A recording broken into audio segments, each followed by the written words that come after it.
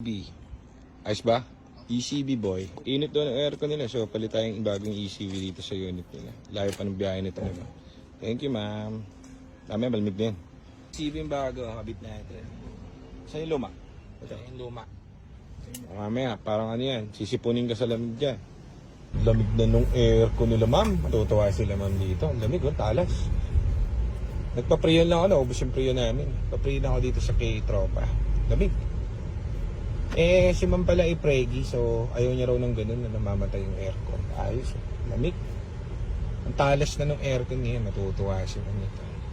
So yun guys, dito tayo sa GTA Cars ngayon. So may nagpagawa sa atin ng ECV valve aircon. So ito sila ma'am. Ito si ma'am. Ma'am, kamusta po yung aircon, sir? Ayun, sobrang lamig ayan, na niya. sobrang lamig After na, napalitan ng ECV. Ayun, ma'am. Thank you ma'am. Sa ulitin po, pag if ever PMS or anything, punta lang kayo dito pag magka-problem po. Thank you po. Ford EcoSport and Black Edition. ECV, all goods, done. Kila ma'am. Thank you.